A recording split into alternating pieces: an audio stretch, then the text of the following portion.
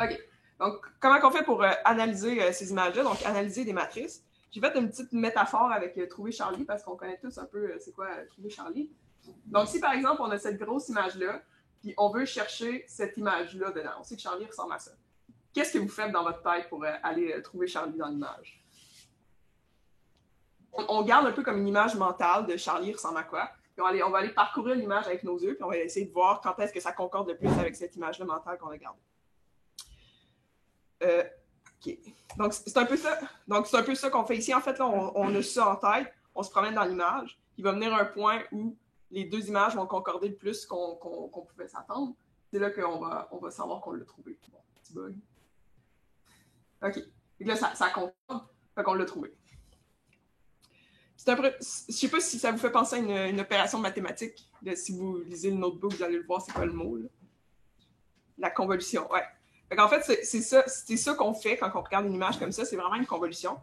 Une convolution, pour ceux qui ont fait peut-être de l'analyse de signaux, c'est le même principe en 1D qu'en 2D. C'est qu'on va prendre un filtre, puis on va le faire parcourir sur soit notre signal 1D ou sur notre image. Puis, à chaque position du filtre sur l'image, on va venir calculer le produit entre le filtre et la section de l'image qu'on regarde. Donc, par exemple, ici, là, juste pour faire la petite animation, mais ici, par exemple, ça serait notre filtre. Puis chaque élément de l'image, ici, on viendrait le multiplier par le filtre. Puis le point où il y aurait comme une bonne concordance. En fait, à chaque fois, on aurait un chiffre qui nous dirait à quel point ça concorde avec ce qu'on cherchait. Il va encore falloir attendre que ça finisse. OK. OK, bon. Fait que si je reprends cette même image-là, puis que je passe le petit filtre de Charlie qu'on avait ici, puis je le passe sur toute l'image au complet, puis que je calcule le produit que ça fait, ça donne une carte qui ressemble à ça. Fait que là, je sais pas trop comment je l'ai défini, là, si vous pouvez aller voir dans le code. Mais en gros, c'est une carte qui va dire quand c'est négatif, en fait, il n'y avait aucune correspondance, puis quand c'est plus positif, là, il y avait une plus grande correspondance. On voit qu'on ne voit pas grand-chose, parce qu'il y a beaucoup de bruit, puis on sent parce que, en fait, notre filtre il était vraiment précis. Là, on cherchait exactement ces pixels-là, puis c'était quand même un gros filtre. Il y a beaucoup de pixels par beaucoup de pixels, ce qui faisait en sorte que sur toute l'image, on a un peu des valeurs qui ne veulent rien dire, parce que c'était pas un filtre qui était général, c'était vraiment un filtre qui était précis.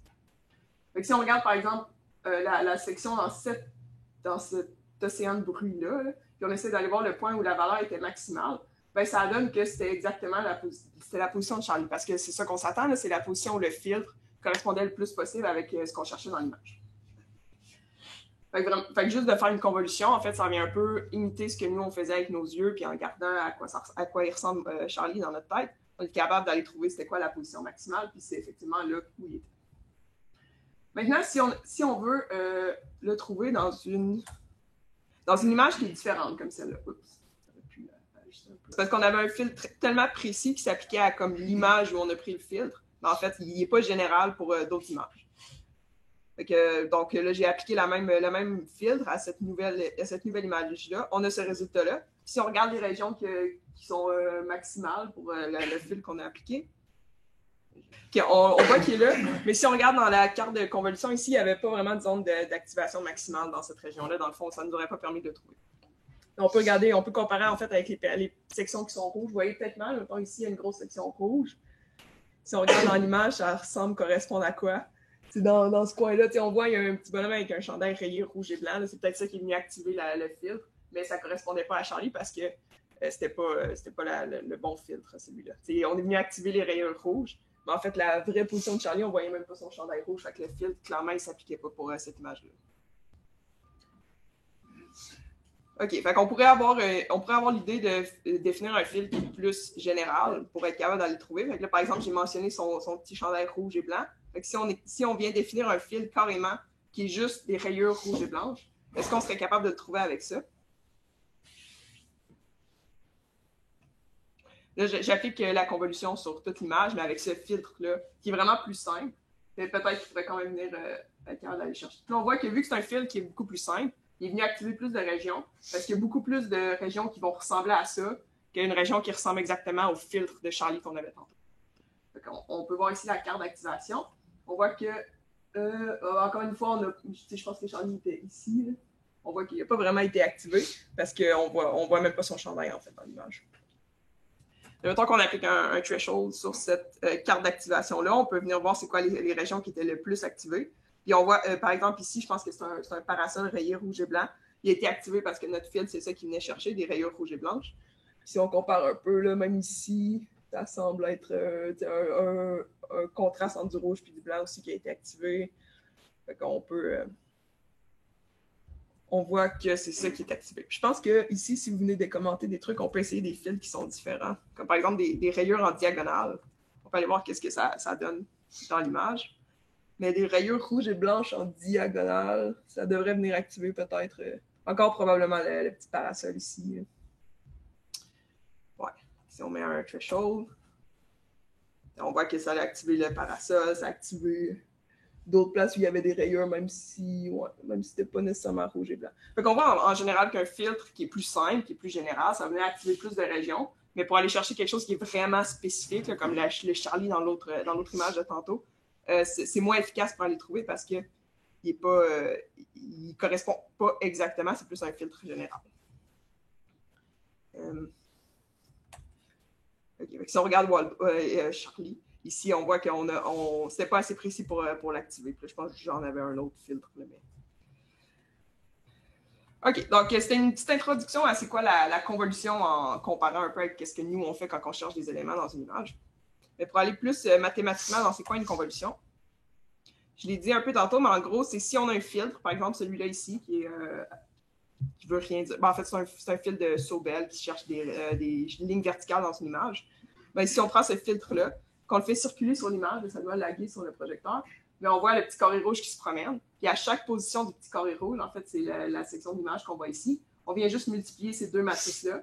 Ça nous donne un chiffre. Ce chiffre-là, on le met ici dans l'image pour venir reconstruire une image. Et dans le fond, ce qu'on reconstruit ici, c'est la carte d'activation de ce filtre-là sur cette image-là. Fait que c'est ça une convolution. Puis, donc ici, on voit que c'était un filtre qui vient chercher les edges, les contours sur une image, puis on voit qu'il est vraiment venu augmenter le contraste dans les sections d'image où il y avait un contour à venir aller chercher. Fait que c'était ça que le filtre cherchait. Donc, ça sert à quoi la convolution? Ben là, on l'a vu un peu, là, ça sert à aller chercher des éléments dans une image plus ou moins précis. Donc, en fait, l'idée, c'est que si on vient combiner plusieurs filtres, on peut venir chercher des features, des caractéristiques de l'image qui sont différentes. Puis on peut venir les combiner pour aller comprendre c'est quoi qu'il y a dans l'image en général. Par exemple, ici, si on applique un filtre de ligne, là, on est revenu à l'image d'astronaute, j'aurais pu la remettre, là, on l'a vu plus tôt. Là. Mais si on vient appliquer un filtre de ligne horizontale, on voit qu'il n'a pas activé grand-chose. Des lignes verticales, il active plus de choses parce qu'il y avait juste plus de lignes verticales dans l'image. Par exemple, la petite fusée qu'on voit en arrière est vraiment très contrastée dans la carte d'activation. Puis pour les lignes diagonales, même chose, on voit qu'il vient chercher les éléments d'image qui correspondent au filtre. OK, donc ça, c'était l'introduction à c'est quoi une convolution. Maintenant, on va aller dans un peu plus complexe, c'est-à-dire les réseaux à convolution. Mais vu que vous venez dans une bonne intro à c'est quoi l'opération mathématique la plus importante des réseaux à convolution, la convolution, on peut aller dans le plus complexe. Donc, si vous pensez à un réseau de neurones, vous avez sûrement quelque chose comme ça dans votre tête. Mais en fait, vous avez sûrement eu des cours hier sur c'est quoi les réseaux de neurones. Fait que vous avez eu une bonne intro à ça. Mais si vous pensez à quelque chose comme ça, c'est un peu un réseau à convolution, c'est un peu le même principe dans le sens que ça va être des opérations mathématiques qui sont appliquées en cascade à une entrée pour aller chercher une sortie. Mais les opérations mathématiques, en fait, c'est des convolutions. C'est ça le principe d'un réseau à convolution. Le problème avec les réseaux connectés comme ça pour revenir analyser des images, en fait, c'est qu'on perd la correspondance spatiale dans l'image. On s'entend quand on cherche, par exemple, si on cherche la tuque de Charlie dans une image, si on vient le mettre dans un réseau comme ça, il faut que ça soit non pas une image, donc pas une matrice, mais un vecteur, en fait, pour que ça puisse correspondre avec l'entrée ici qui est en une ligne. Fait que si on veut appliquer un réseau comme ça à une image, il faut qu'on la flatten, donc on la mette en un seul vecteur. Puis on vient vraiment perdre la dimension spatiale de l'image. En fait, ici, on est capable de dire que c'est une tuque rayée rouge et blanche, mais ici, on n'est absolument pas capable de le dire. Puis le réseau, il va avoir de la misère aussi à comprendre cette information-là, parce qu'on perd complètement la dimension spatiale. Donc, c'est ça le problème des réseaux pleinement connectés ou les fully connected, si vous avez le jargon anglophone. C'est que pour les images, ça s'applique vraiment mal parce qu'il faut complètement détruire c'est quoi une image pour être capable de les utiliser. Donc, c'est pour ça qu'on utilise des réseaux à convolution parce qu'on a vu en fait que les convolutions, ils s'appliquent bien à des images. On est capable d'aller chercher des éléments sans perdre la dimension spatiale. Donc, c'est pour ça qu'on utilise des réseaux à convolution pour traiter des images. OK. Donc, Donc, c'est ça. Un réseau à convolution, c'est une séquence de filtres à convolution qu'on va venir appliquer sur une image. Puis en fait, quand on dit qu'on entraîne un réseau comme ça, ce qu'on vient faire, c'est qu'on vient entraîner, on vient apprendre les poids dans les filtres des convolutions qu'on applique à l'image. Donc, si on a des filtres random, c'est ce que je montre en haut, on voit que, en fait, ben, c'est juste du bruit, c'est vraiment juste du numpy.random. Mais si on a si je prends les filtres d'un réseau qui a été entraîné, là, on a les filtres qu'on voit en bas ici. Là, on voit que c'est beaucoup moins aléatoire. Il a appris à aller chercher des éléments spécifiques dans l'image. Par exemple, il y a beaucoup, là, c'est comme les premiers filtres. Fait que c'est les caractéristiques qui sont plus simples à aller chercher dans l'image. Donc, c'est des rayures, des points, des contrastes entre deux couleurs comme du rouge puis du bleu. C'est ça qui a été appris par le réseau. C'est un réseau que j'ai pris au hasard. Je pense que c'est un AlexNet. Puis, mais c'est juste pour montrer, en fait, c'est quand on dit on entraîne un réseau de neurones, en fait, c'est de passer des fils qui sont en haut, qui veulent rien dire, qui sont pas capables d'aller chercher des caractéristiques spécifiques dans une image, aux fils qui sont en bas, qui permettent vraiment d'aller chercher, d'activer des caractéristiques importantes dans l'image. Donc, si on prend certains de ces filtres-là, puis qu'on les applique à l'image de l'astronaute, on voit qu'un filtre random, en fait, ça fait pas grand-chose, ça fait juste comme bruiter l'image en entrée, ça vient pas chercher rien, aucune caractéristique. Mais si on prend un filtre qui a été appris, ben on voit que c'est comme beaucoup plus spécifique ce qui a été activé. C'est pas juste du bruit, ça vient vraiment chercher des caractéristiques dans l'image. Là, on peut choisir le filtre pour ceux qui suivent sur Jupyter. Ici, vous pouvez l'indice du filtre. Je ne sais pas s'il y en a un que vous voulez essayer. Je pense que le 21 est intéressant. Non, pas tant que ça. Mais il vient chercher les éléments qui sont plus roses dans l'image. Fait qu'on voit par exemple qu'il va plus activer les lèvres de l'astronaute. Qu'est-ce qu'on pourrait mettre d'intéressant? Je sais que 24, par exemple, c'est une ligne verticale. Ça devrait venir activer la fusée qu'on voit au fond. On ne le voit pas très bien, mais on voit quand même qu'il y a un contraste qui s'est créé ici. Puis pour finir avec un autre, qu'il y a quelqu'un qui veut nommer un chiffre. 60 que je vois quand même. 60, le quadrillé? Ouais. Oups, j'ai mis 66, je pense. Non, 60. Ouais, pas grand-chose. Ouais, OK. Bon, si on revient, mettons, à 21, là, qui faisait les lèvres. Là. Bon, on voit en fait que s'il vient activer, par exemple, les lèvres de l'astronaute, en appliquant plusieurs filtres un après l'autre, il peut venir, au final, il va être capable de dire... Bon, en fait, s'il vient... Par exemple, si au final, là, la tâche ici, c'était de déterminer si c'était un humain ou une auto, ben, le fait qu'il est venu activer les lèvres, qu'il a été capable d'identifier ça dans l'image, ça va probablement l'aider au final à déterminer si c'est une auto ou un humain, par exemple. Fait que c'est un exemple, mais là, on est vraiment comme au début du réseau, puis c'est un réseau profond, donc il y a beaucoup de séquences de ces filtres-là qui sont appliqués. Puis plus on va creux dans le réseau, plus ça va être des filtres appliqués sur des filtres, appliqués sur des filtres. Fait qu'au final, ça va devenir des caractéristiques qui sont vraiment plus complexes que juste des points roses, puis des lignes verticales, puis des quadrillés. C'est ça qui va permettre, en fait, de venir accomplir une tâche, comme de déterminer si l'image, c'est une voiture ou une personne. Ou des trucs plus complexes que ça, quand même. Bon, c'était juste pour remontrer l'astronaute. Fait que si, là, on en choisit un par un, les filtres, mais on peut les appliquer tout en même temps. Puis on voit que ça vient vraiment activer des trucs qui sont différents. En fait, il n'y a pas beaucoup de redondance entre les filtres. C'est un peu ça l'idée. Là. On pourrait apprendre 1500 filtres au lieu d'en apprendre 64, mais au final, il y aurait de la redondance qui se créerait. Fait qu'ici, en ayant juste 64, on voit qu'il y a quand même toutes des cartes d'activation qui sont très différentes pour cette image-là, mais on s'entend si on mettait une autre image, il y aurait peut-être des différences entre des filtres qui ici sont plus similaires. Donc, c'est ça. Puis on voit ici, comme je l'avais déjà dit, l'exemple de la lèvre, on voit qu'on vient faire ressortir des éléments qui sont spécifiques dans l'image.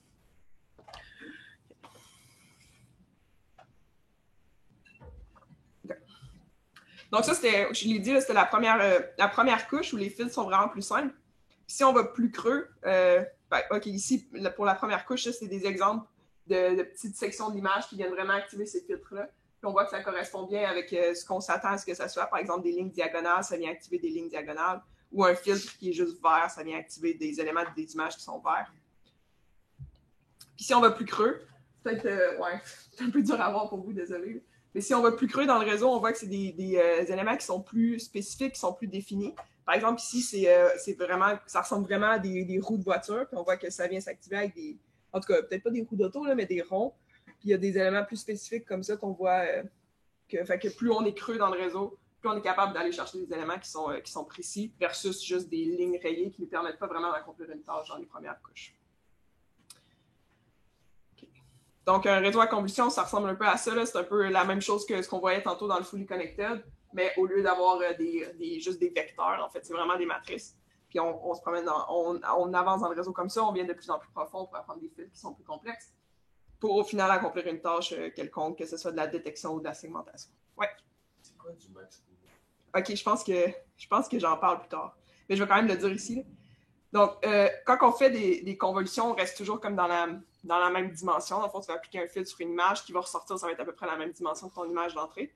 Puis le problème avec ça, c'est que ça fait que si tu as des grosses images, ça peut venir vraiment long entraîner ton réseau. Fait qu'une façon d'accélérer l'apprentissage, c'est de réduire à chaque couche de convolution, tu réduis la dimension de ton image. Fait que du max pooling, dans le fond, c'est juste si tu as une image 32 par 32, tu la réduis à 16 par 16, dans le fond. Puis le max, ben ouais. Je pense que je vais le montrer plus tard, là, mais c'est juste d'appliquer pour chaque élément, mettons 2 par 2 de ton image, tu prends la valeur maximale. Tu gardes juste le max. Tu fais ça sur toute ton image pour réduire la dimension. Ça permet, c'est ça, d'accélérer l'apprentissage. Puis c'est aussi plus efficace parce qu'en le fait de venir réduire ta dimension comme ça, tu peux aller créer des liens entre des éléments qui étaient trop loin dans l'image initiale, mais quand l'image est plus petite, là, tu peux aller appliquer un fil sur des éléments qui se sont comme rapprochés en réduisant la dimension. C'est du max pooling. OK, là, on entre dans le vif du sujet. C'est ma section préférée. Okay. Là, j'ai parlé vite qu'on pouvait avoir des fils. Ben, vite, je dis ça depuis tantôt, là, mais qu'on a des fils vraiment plus complexes quand on rentre dans le réseau. Là, ici, on va montrer des exemples de vraiment creux dans le réseau. Ça ressemble à quoi les images qui activeraient le plus certains filtres? Là, si vous voulez jouer avec les chiffres, là, ici, là, vous avez plein de choix de filtres que vous pouvez mettre. Puis on voit que ça fait des trucs qui sont vraiment plus complexes. En fait, ça, j'ai choisi un filtre au hasard, là, le 457e de la couche 28. Puis ça, c'est l'image, en fait, qui a comme généré une image qui viendrait le plus possible activer ce filtre-là. Ici, ouais, c'est vraiment abstrait. En fait, c'est ça l'idée qu'on voit. Là. Ici, là, tantôt, on essayait de créer des fils généraux là, en faisant des petites rayures noires, blanches et rouges. Bon, on s'entend que l'ordinateur, l'algorithme qu'il a appris, lui, c'est vraiment plus complexe que ça. Puis si nous, des humains, on avait voulu générer un fil qui ressemble à ça, on n'aurait jamais été capable de comme, interpréter ça ou juste de le concevoir pour être capable de faire une tâche. Donc ici, je sais pas, c'est un peu, il est peut-être un peu abstrait celui-là, là, mais est-ce que vous voyez qu'est-ce que vous voyez dans l'image? Ouais. En tout cas, je peux peut-être essayer de le faire jouer plus longtemps. Je ne sais pas si j'ai un paramètre. Ben, normalement, mettons que tu apprendrais une tâche, là, mettons, de classification, peu importe. Tu apprendrais les gradients. Là, vous avez sûrement parlé un peu de gradients hier, là, mais tu apprendrais les gradients dans tes filtres pour apprendre tes filtres. Ben, en fait, tu calculerais les gradients pour apprendre tes filtres. Là, ce que je fais ici, c'est le réseau, il est fixe. Les filtres, ils ne changent pas. Mais je calcule des gradients sur l'input. Puis là, j'optimise pour que l'input active le plus possible un filtre. Fait que je sélectionne un filtre, puis je dis, écris-moi l'input qui maximiserait le plus possible ce filtre-là. C'est juste une façon, ça sert à rien de faire ça en pratique, c'est juste une façon de venir interpréter ce qui a été appris. Eh boy. Genre, oui. Ouais, t'en vois? Ouais, gars, cet œil-là, il ressemble à un œil de poulet. Là. Mais fallait que tu le dises. Ouais, c'est ça. Fallait vraiment le dire. Mais on va en faire d'autres après. Là. Fait que si je donne une image de poulet pour le fun à l'entrée de ce réseau-là, on voit que le fil qui a été le plus activé, c'est le 457. Ça donne que c'est lui que j'avais mis, en fait. Mais là, je l'ai un peu fait à l'envers. Mais si on a un autre exemple, ben là, vous allez voir c'est quoi. Là, mettons. On dirait que 341, c'est supposé ressembler à des grenouilles. J'ai-tu une image de grenouille?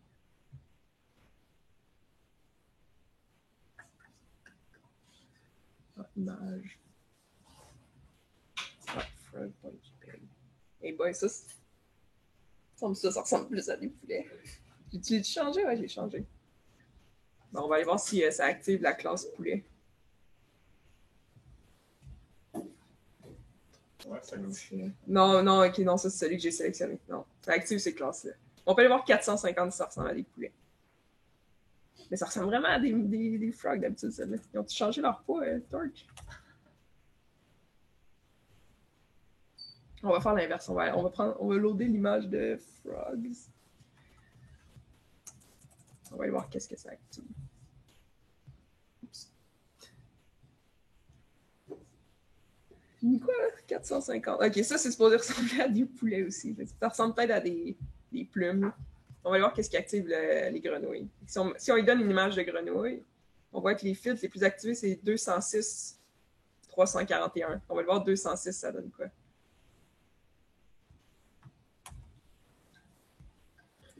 Ah ouais, 200, 341.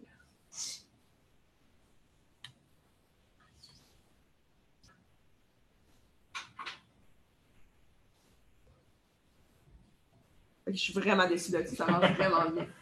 D'habitude, on voit vraiment des grenouilles là, que j'ai faites. On va reclier d'une couche, voir. Mais ça prend rapport, ça marchera pas.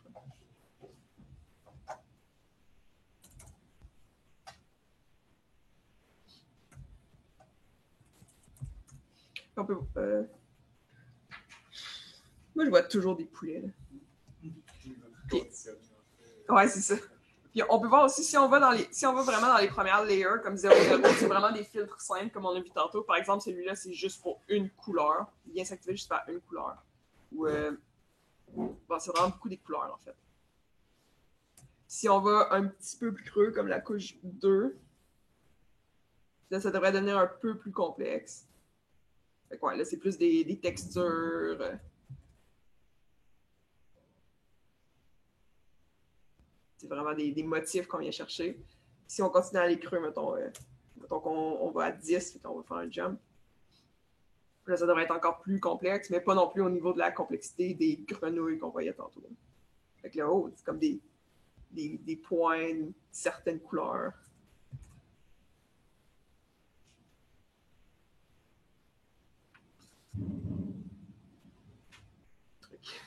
Des trucs très abstraits. Fait qu'encore une fois, là, si on avait voulu faire ça manuellement, là, avant que les réseaux de neurones existent, c'est ça qu'on faisait un peu pour analyser des images. Là, on venait créer des filtres manuellement, mais c'était pas des trucs complexes comme ça. Fait que c'est pour ça, en fait, qu'on était pas capable de faire d'automatiser des tâches vraiment complexes parce que, je veux dire, il n'y a aucun moyen qu'un humain pense à faire ces trucs-là. Puis on s'entend, c'est pas juste quelques filtres, là, il y en a des milliers dans le réseau. J'ai un dog.jpg. Ah! Ouais, j'ai perdu le chat. Ok, là. Excuse-moi, je vais mettre comme ça. Oui, Jeanne, excuse, j'ai juste écrit, ouais. Mais Catherine ne me l'a pas envoyé à temps, mais elle l'a envoyé dans le chat. Mais c'est pas grave, je t'ai pas arrêté de t'afflémer, je suis désolé. Je peux le mettre rapidement. Continue la présentation, je vais essayer d'être low-key. Non, j'ai eu dans le chat. Ouais, j'ai eu dans le chat. Ok. Que j'allais faire. On va aller chercher une autre image pour voir si on est capable. Mettons, chain, c'est quand même simple, juste une chaîne. Chain.jpg.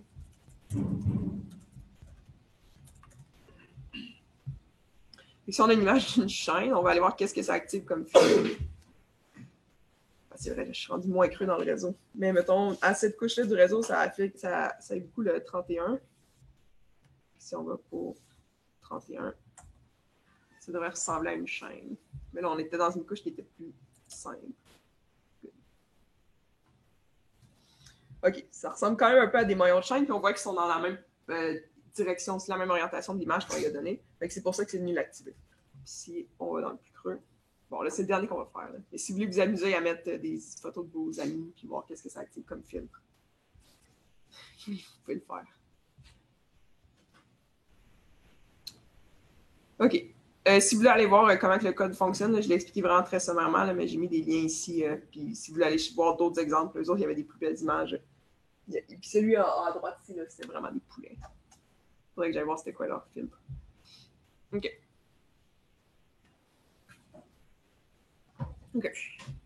Maintenant, je vais présenter un peu c'est quoi les. Quand on vient construire un réseau, c'est quoi les paramètres sur lesquels on a du jeu. Là, les filtres, on s'entend, c'est le réseau qui les apprend. Mais il y a quand même des caractéristiques des filtres que c'est nous qui doivent définir avant l'entraînement. Donc, les plus simples, en fait, c'est la taille du filtre. Fait que ça s'appelle souvent kernel size dans les librairies. C'est quoi le range? Excusez, ça ne me concerne pas. OK. Donc, c'est quoi? Ah, là, la souris, c'est ça. OK. Donc, c'est quoi le filtre? C'est quoi son range, en fait, sur quelle région d'image il va s'appliquer? Souvent, ce qu'on utilise, c'est des 3 par 3 parce que ça permet d'aller chercher quand même. 3 par 3, c'est assez pour avoir une diagonale, par exemple, ou des rayures. Mais puis des fois, on peut aller chercher des fils qui sont plus gros. Par exemple, les réseaux plus vieux, là, qui sont moins profonds, ils vont souvent avoir des fils plus gros, tandis que les nouveaux qui sont plus profonds vont avoir des fils plus petits, puis ils vont juste compenser en fait la taille qui est réduite, ils vont la compenser en ayant juste plus de fils. Fait que souvent, ce que tu utilisais, c'est 3 par 3. Mais ce que je présentais plutôt, par exemple, avec AlexNet, qui est un des premiers réseaux profonds qui a été publié, c'était des filtres 7 par 7. Un autre paramètre qu'on peut utiliser, c'est la stride. Fait que c'est difficile à imaginer, mais en fait, la stride, c'est à chaque fois que tu déplaces ton fil, tu fais un pas de combien de pixels. Souvent, ce qui est utilisé, c'est une stride de 1, juste parce que ça te permet de voir vraiment toutes les positions dans ton image. Mais tu peux aussi utiliser, par exemple, une stride qui est de la taille du fil, comme ça, il y aura moins de redondance dans quels éléments d'image tu prends. Un autre élément, c'est le padding. Donc, à chaque fois quand on applique un filtre, surtout si le filtre est gros, on va venir perdre, la dimension de l'image va être réduite parce qu'en fait, on va venir perdre. Si on applique un filtre 7 par 7 ici, on va avoir une valeur pour la valeur au centre, mais toutes les valeurs qui sont à gauche, en fait, on va comme les perdre. Fait que une solution à ça pour être sûr que l'input et l'output aient la même taille, c'est d'utiliser du padding. Fait qu'en fait, c'est juste d'aller rajouter des valeurs autour de l'image. Souvent, ça, c'est utilisé justement pour avoir un contrôle sur c'est quoi la taille de l'output par rapport à l'input, puis s'assurer que c'est constant. Il y a un autre paramètre que j'ai jamais vu être utilisé, je pense, c'est la dilation.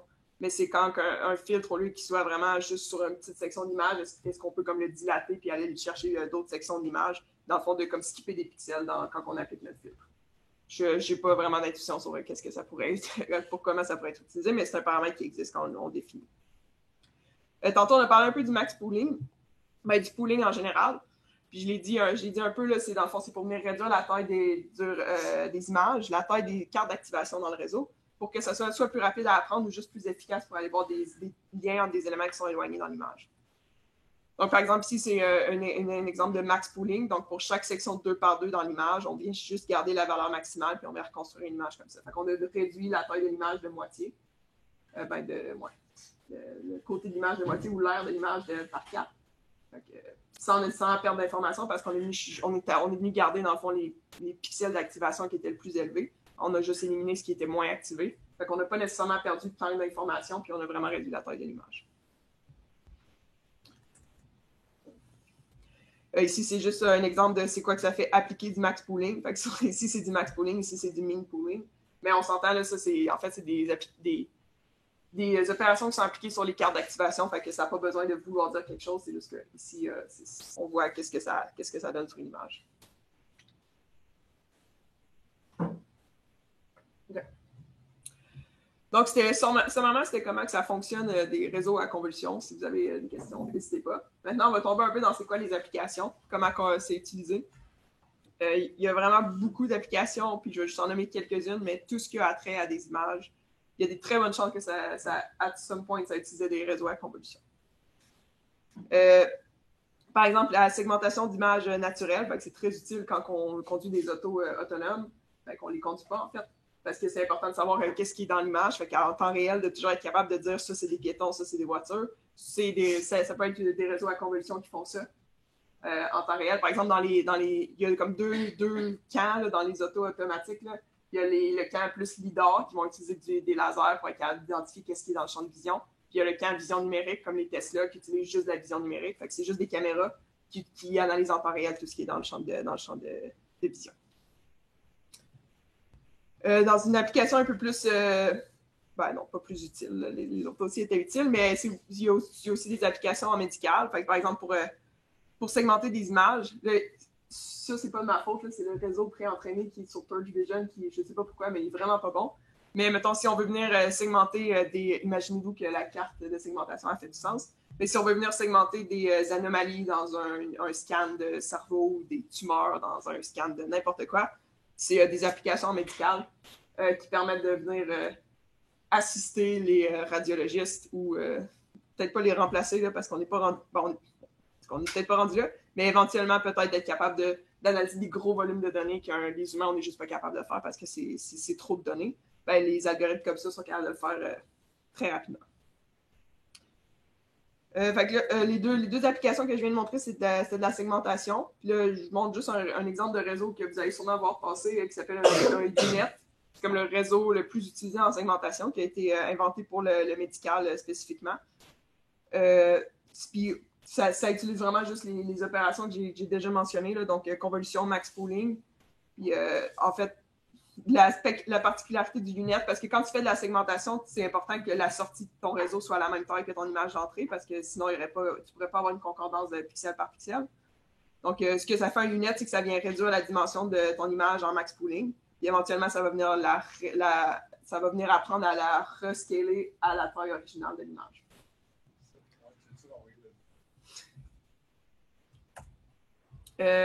OK. Là, j'ai un petit exemple de comment entraîner un réseau pour faire du classement. Mais je vous avertis, je l'avais créé pour comme les filles et les sciences. Fait que c'était comme adressé à des petites filles du primaire ou secondaire. Fait que c'est c'est des classes comme de la crème glacée. Mais vous allez quand même comprendre le principe. Donc ici, ce qu'on fait, c'est que dans le fond, si un jour vous avez à faire un réseau, vous pouvez partir de ce code-là parce que c'est très général. C'est ici, on fait juste loader des images. En fait, on a défini notre modèle. Fait que je suis allé chercher un modèle pré-entraîné parce que là, s'il fallait l'entraîner from scratch, ça serait long. Donc, on vient chercher un modèle qui est pré-entraîné. Fait que juste pre-train égale true ici. On a créé un data loader. Donc, on vient chercher notre dataset qui sont juste des images que j'ai sur mon ordi. Puis là, ce qu'on fait ici, c'est j'ai juste montré des exemples pour lesquels, avec des classes sur lesquelles le réseau avait été entraîné. Fait que c'est un réseau entraîné sur ImageNet. Fait qu'il y a 1000 classes, je pense, quelque chose comme ça. Puis on voit que ça, c'est des classes sur lesquelles il a été entraîné. Fait que si je donne des nouvelles images de ces classes-là, il est capable de les identifier, il est capable de les classer de la bonne façon, comme ours polaire ou abeille ou crème glacée. Il a été bon, il a 100%, ça va bien. Si on lui donne par contre une image, quand je vous disais que c'était adressé à des petites filles, si on lui donne une image, par exemple, de quelque chose qu'il n'a jamais vu, comme un robot de Disney, ben, il ne sera pas capable de le classer, puis il va juste aller avec ce qui est le plus proche, comme un amphibien, ce qui est quand même pas si pire. Mais on voit qu'en fait, ça, c'est propre, c'est général comme problème à tous les réseaux. Si on lui donne quelque chose avec lequel il n'a pas été entraîné, il ne sera pas capable de le classer parce qu'en fait, il n'y a même pas dans ses choix de classe, il n'y a même pas la classe robot, par exemple. Fait que c'est impossible qu'il soit capable de le classer.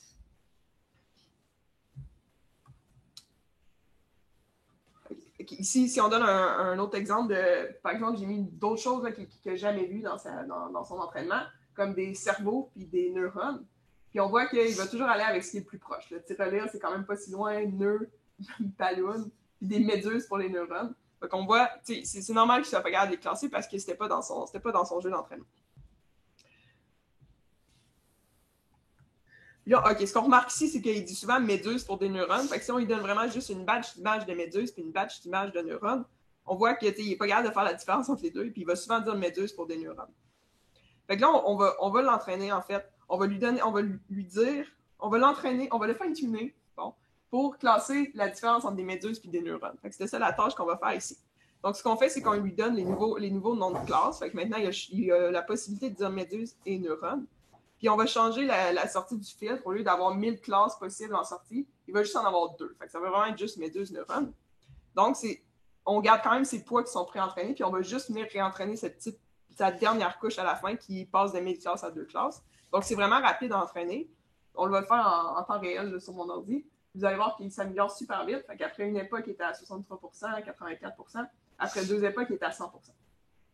Donc, on voit ici que sur toutes les images qu'on lui montre ici, c'était son jeu d'entraînement. Il n'y avait pas tant d'images que ça à entraîner. On voit qu'il y a eu bon pour tout. Fait qu'il est capable de dire la différence entre des neurones et des méduses. Est-ce que vous voyez un problème à ce que je teste sur le jeu d'entraînement? Je ne sais pas si vous en avez parlé hier. Ouais. Il y a un problème, mais ça ne va pas aujourd'hui, je pense. Ouais, non, j'ai un jeu de test. Fait que, on voit qu'il y a 100% sur son jeu d'entraînement, mais c'était vraiment un petit jeu d'entraînement. Fait que c'est possible qu'il ait juste appris les images par cœur et qu'il ne soit pas bon en fait pour généraliser à d'autres images. Fait que c'est toujours important de le tester aussi sur un jeu de test, donc sur des images qui ne faisaient pas partie de son jeu d'entraînement. Vous pouvez comparer un par un, mais en fait, c'est des images qui sont différentes. Puis on voit que même sur des images qu'il n'a jamais vues en entraînement, il y a aussi 100%. Donc là, ça, c'est un bon entraînement. Il était capable, des fois, ça donne qu'après 3 époques, il n'est pas capable. En fait, on peut même le tester là, après une époque. En fait, il était peut-être déjà entraîné. C'est ça. Si on l'entraîne juste pendant une époque, il n'est vraiment pas bon. En fait, il est pire que le hasard en ce moment. Fait qu'il y a 50% pour différencier des méduses et puis des neurones. On va le réentraîner comme il faut, parce que je ne sais pas si je m'en sers encore après. OK.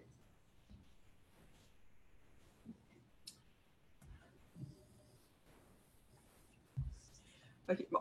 Mais de façon générale, le problème de classement d'images, en fait, on voit que ça a été comme un problème vraiment populaire dans la dernière décennie, là, depuis 2010. C'était déjà en 2010, on n'était pas si bon que ça. On avait par exemple 30% d'erreurs pour classer ces 1000 classes-là d'images nettes. Fait que des images naturelles, là, des autos, des chiens, peu importe, de 1000 classes différentes, on était quand même à 30% d'erreurs. Puis la recherche a vraiment accéléré rapidement. En fait, c'est quand les réseaux de neurones ont commencé à être vraiment plus faciles à implémenter, puis que plein de monde ont pu commencer à essayer de les tester. Puis là, déjà, là, on voit que ma présentation a date, là, mais en 2019, on avait 1,3%. Puis aujourd'hui, on doit être soit plus bas, ou sinon, si on a atteint un plateau, c'est juste parce qu'il y a des erreurs dans le jeu de données, non pas parce qu'on n'est pas capable. Parce que c'est vraiment rendu, comme les réseaux de neurones ont vraiment comme révolutionné cette tâche-là. Puis classer des images, c'est vraiment rendu facile. Donc, d'autres exemples de tâches, d'applications. On peut le faire beaucoup en biologie, par exemple, dans des images de microscopie, de suivre des déplacements. En fait, pas juste en microscopie, non, mais on peut suivre des déplacements, par exemple, d'animaux dans des images satellites ou des cellules dans un microscope. C'est une application qui est vraiment pertinente parce que ça permet d'analyser un gros volume de données rapidement. Alors que si on avait à demander à un humain d'identifier chaque animal sur chaque image d'une caméra, ça pourrait devenir vraiment pénible. D'autres exemples d'applications. On peut aller se faire du fun, en fait. Là, j'ai oublié de l'ouvrir. DALL-E 2 chanson. Mais vous avez sûrement entendu parler des trucs de génération qui ont été vraiment popularisés dernièrement. Là.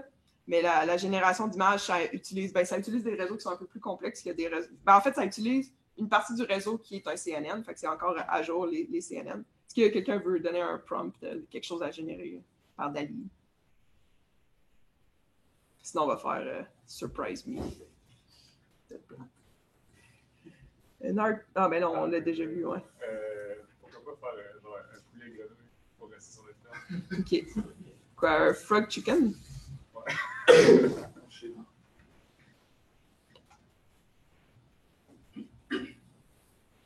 Mais ça utilise des réseaux de diffusion, mais une partie du réseau de diffusion, en fait, qui est un CNN. C'est souvent une lunette, même. Pas mal juste des grenouilles. Hein. Ça va être un chicken frog. Je sais pas si c'est le goût d'un trait d'union. Ça va peut-être conduire la notion. Ouais, genre, c'est quoi un morphe, là? Un hybride, merci.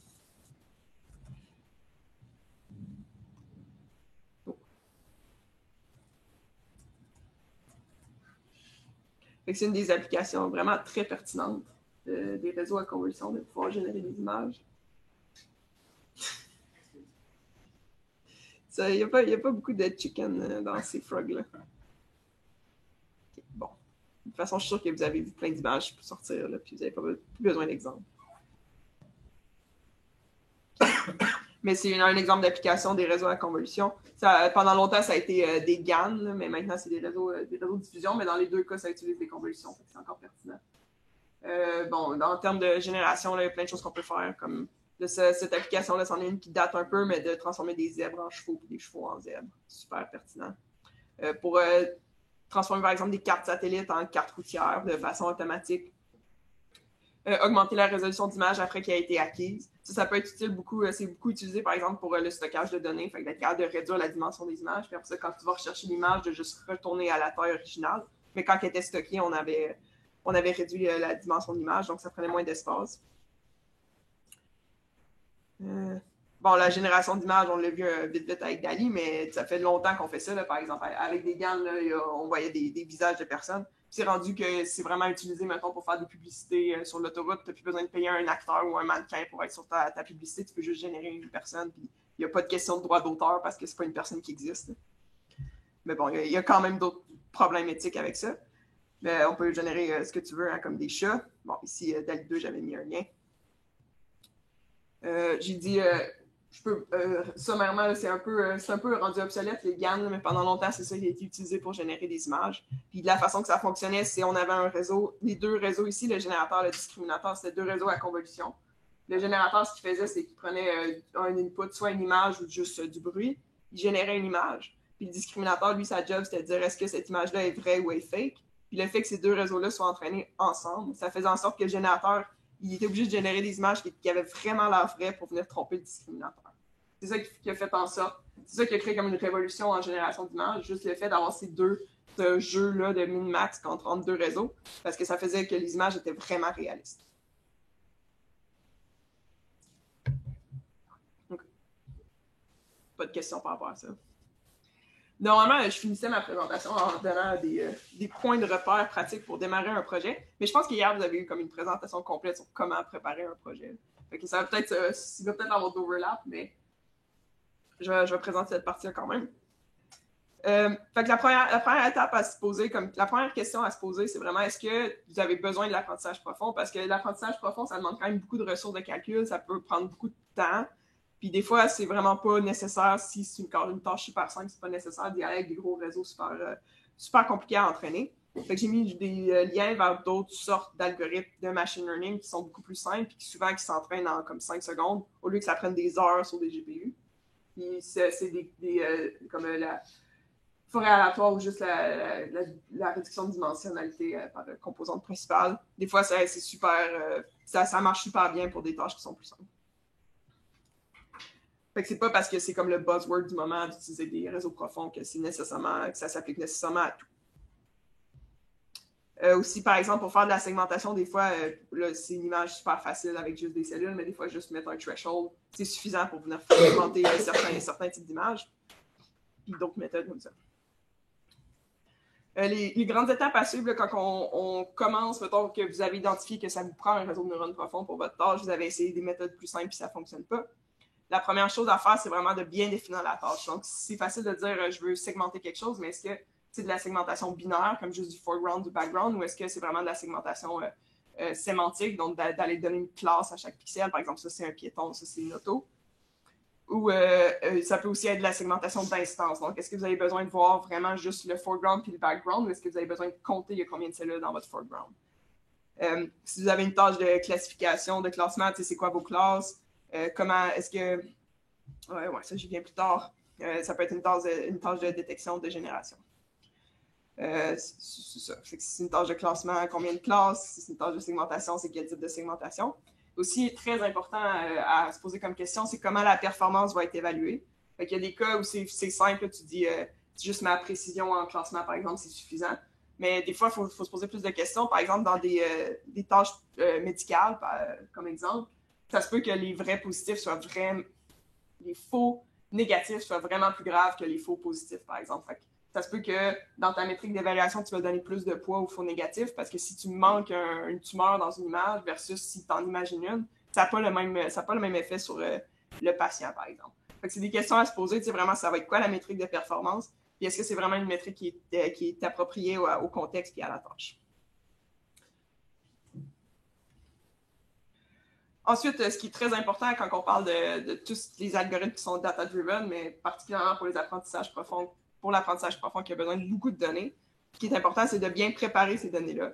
Donc, s'assurer qu'on a assez d'images pour vraiment être capable d'entraîner des réseaux qui sont profonds, qu'on a les annotations que ça prend pour la tâche qu'on veut faire. Donc, si on veut compter des cellules, est-ce qu'on a des annotations qui nous permettent vraiment d'aller identifier chaque cellule indépendamment ou est-ce qu'on a juste des annotations de foreground, background? Est-ce que les classes sont bien balancées aussi? Ça, c'est un problème fréquent en apprentissage profond. Si on a 500 000 exemples de chiens, mais 4 exemples de chats, ça se peut que ce soit dur d'apprendre à différencier les chiens et les chats. Mais il y a des méthodes qui existent pour venir balancer ces déséquilibres-là. Ensuite, on parle souvent d'augmentation de données. Donc, quand on n'a pas beaucoup de données, ce qu'on va vouloir faire, c'est venir pour chaque image, on va vouloir créer plusieurs images à partir de celle-là. Fait que, par exemple, de faire des rotations, des flips, d'aller changer les niveaux d'intensité pour que le réseau ait plus de difficultés à l'apprendre par cœur et que ça soit comme l'équivalent de voir plusieurs images au lieu de juste une. Mais ça se peut qu'il y ait certaines transformations comme ça qui ne sont pas applicables à toutes les sortes de données. Par exemple, j'aurais dû mettre un exemple de 6, là, mais par exemple, si tu veux classer des chiffres de 0 à 9 dans MNIST, qui est les images qui sont là, si tu as un 6 puis tu le verras à l'envers, ça devient un 9. Mais là, le réseau, s'il devine 9, mais qu'en fait la classe était 6, tu viens le pénaliser alors qu'il a fait la bonne chose. Fait que c'est important de penser à quelle méthodes d'augmentation sont vraiment applicables. Ensuite, c'est de choisir l'architecture du réseau. J'ai présenté un peu des paramètres sur lesquels on a du jeu, comme la taille des fils, puis ces paramètres-là. Mais des fois, c'est pas la meilleure chose de venir définir le réseau from scratch, à partir de rien. Il y a plein de réseaux qui existent déjà, qui ont été démontrés pour plein d'applications. J'en ai mis quelques exemples ici, mais en fait, si vous utilisez par exemple la librairie PyTorch, vous avez plein d'exemples de modèles qui sont pré-entraînés ou pas pré-entraînés si vous voulez perdre du temps, qui permettent de vraiment aller faire une tâche en particulier. Puis c'est des réseaux qui ont été engineered par des professionnels, pas nécessairement des professionnels, mais du monde qui avait vraiment accès à beaucoup de GPU pour tester plein d'architectures, plein de paramètres, et capable d'aller optimiser ces paramètres-là pour pas que vous ayez à le faire. Il y a différentes architectures qui sont plus ou moins profondes, qui s'adaptent à différentes tâches, différentes quantités de données aussi. Parce que c'est facile de dire souvent on va juste prendre le réseau le plus profond, mais ça se peut que, parce que c'est le plus performant, par exemple, sur les benchmarks qui sont utilisés pour les comparer, mais si vous n'avez vraiment pas beaucoup de données, ben, ça se peut que ça n'ait aucun sens de prendre le réseau qui est le plus profond. Finalement, un autre paramètre sur lequel vous avez un degré de liberté quand vous entraînez des réseaux, c'est tout ce qui est les hyperparamètres. Qu'est-ce que vous utilisez comme taux d'apprentissage, quel loss vous utilisez. Ça, encore là, il y a plein de ressources pour aller voir qu'est-ce qui est généralement utilisé. Puis il y a aussi une intuition qui se développe éventuellement pour être capable de voir qu'est-ce qui ne fonctionnait pas dans les hyperparamètres. Par exemple, si je vous montre la courbe ici, où en bleu, c'est la fonction de perte en entraînement, puis en rouge, c'est en validation. L'axe des X, c'est les époques. Est-ce que vous êtes capable de voir qu'est-ce qui s'est passé, par exemple, dans cet entraînement-là? Oui, il a overfité. Dans le fond, il a appris ses données d'entraînement par cœur, puis il a appris ses données de validation. Dans le fond, il ne généralise pas sur des données qui sont différentes de ce sur quoi il a été entraîné. Une chose qui pourrait être adaptée ici, ce serait probablement d'avoir juste plus de données pour qu'il soit capable de plus généraliser avant d'apprendre le jeu de données par cœur.